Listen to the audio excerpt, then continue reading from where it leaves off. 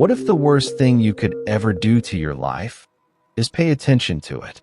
Right now, you are looking at your environment, your room, your bank balance, the heavy silence of your phone, and you are making a fatal assumption. You think it's real. Carl Jung spent his final years tracking a psychological phantom that most people die without ever identifying. He realized that human beings are trapped in a collective trance. We are born into an existential mirror world, and we spend our entire lives trying to break the glass to touch the truth. But what if the glass isn't holding you back? What if the glass is you? If your internal architecture dictates your destiny, then the reality you are currently fighting, bleeding, and weeping over does not actually exist. It is a corpse. It is the cold, crystallized ash of a fire you lit in your psyche months ago. Most people spend 30 years arguing with a ghost, wondering why they feel so hollow. But there is a hidden, terrifying shortcut. A psychological loophole that flips the cosmic script. To get everything you have ever despaired over wanting, you must commit the ultimate act of psychological treason. You must look directly at reality and refuse to validate its existence. We are infected by a psychological disease called hyperreal fixation. It is the subconscious addiction to treating the external world as the cause and your internal state as the effect. Watch how you live your days.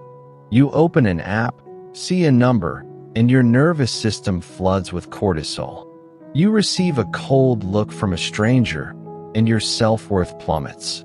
You are a puppet being jerked around by the strings of physical matter. You are trying to change the film by screaming at the projection screen. Jung called this the ultimate tragedy of consciousness. When you react to reality, you reinforce it. You pour concrete into the very mold you are trying to break. Think about the goals you have set, the wealth you want, the love you chase. Why does it always feel like running toward a horizon that retreats at the exact speed you approach it? Because you are operating under the slave metric of waiting. You believe that when the world changes, you will finally be allowed to change. But the universe doesn't take orders from beggars. It only reflects sovereigns. Let us exhume the secret you don't even tell the mirror. You are exhausted. Not because you are doing too much, but because you are doing too little of what matters to your soul.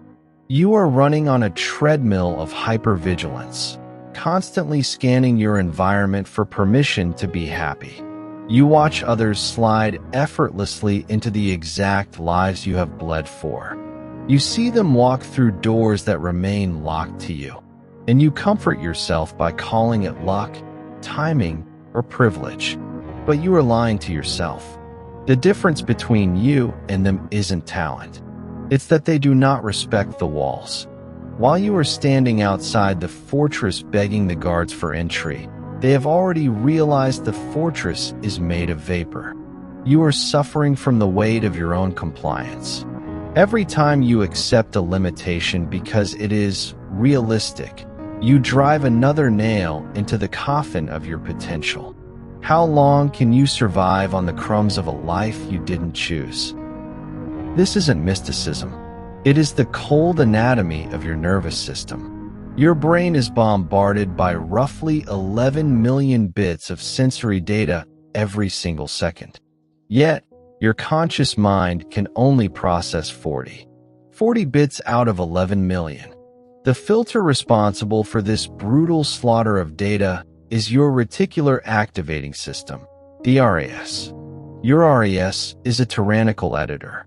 It does not show you reality. It shows you a highly curated, heavily biased pamphlet that confirms what you already believe.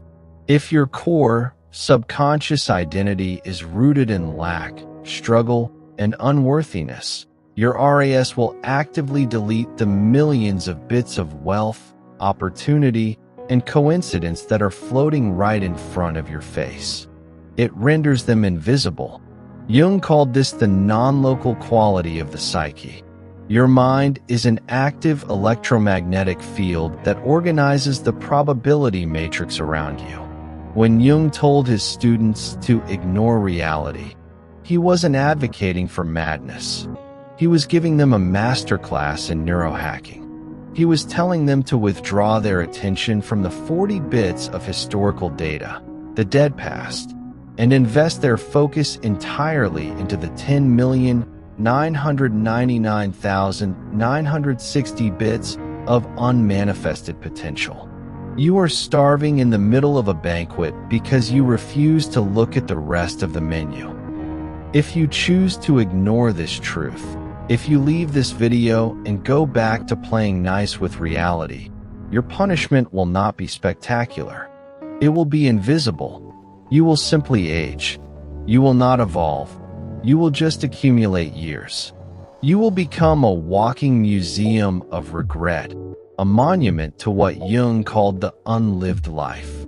You will spend the next 3 decades using your brilliant, godlike consciousness to manage a series of petty, safe crises. You will allow your childhood wounds, your family's financial anxieties, and the sterile dictates of your culture to write the final script of your existence. When you validate a limitation, you give it custody of your life. You sign a contract with your own mediocrity. The physical world will treat you precisely how you treat yourself, as a leaf to be blown by the wind, rather than the storm that alters the landscape. Are you truly prepared to stand at your own funeral, looking at the casket of the person you could have been, knowing you killed them just to be realistic?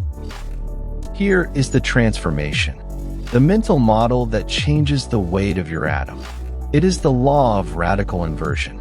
To change your life instantly, you must stop looking at the world and start looking from the world you desire. Do not look at your loneliness and wish for connection. Sit in your isolation, close your eyes, and feel the weight of love so intensely that your cells begin to vibrate with gratitude. Do not look at your debt and beg for money. Assume the psychological posture of absolute abundance until the physical room you are sitting in feels like a minor detail. This is Jungian active imagination. It is the deliberate cultivation of an internal state so dense, so emotionally saturated, that your nervous system cannot tell the difference between the dream and the stone. When you ignore the physical fact, you destroy linear time. You stop chasing the future and you pull the future into the present moment. Matter is inherently lazy. It is slow, heavy, and reactive. The mind is the only true architect. When a human consciousness completely withdraws its validation from a limitation, that limitation loses its structural integrity. It has no choice but to dissolve. The doors will not open for you. The doors will build themselves out of the air you breathe. You have spent your entire life running away from monsters that were only shadows thrown by your own internal fire. The world is not your judge. It is your witness. It is time to stop playing the victim in a theater production where you are the writer, the director, the actor, and the audience. Look at your current limitations one last time. Look at the lack, the fear, the walls, and the rules. And with the cold, absolute certainty of an awakened sovereign, look through them. Look past them. Say to them, "You have no power over me. You are just a shadow of who I used to be, and I am already gone." Stop negotiating with the ghost. Step into the flame, and watch how fast reality burns down, just to rebuild itself in your image.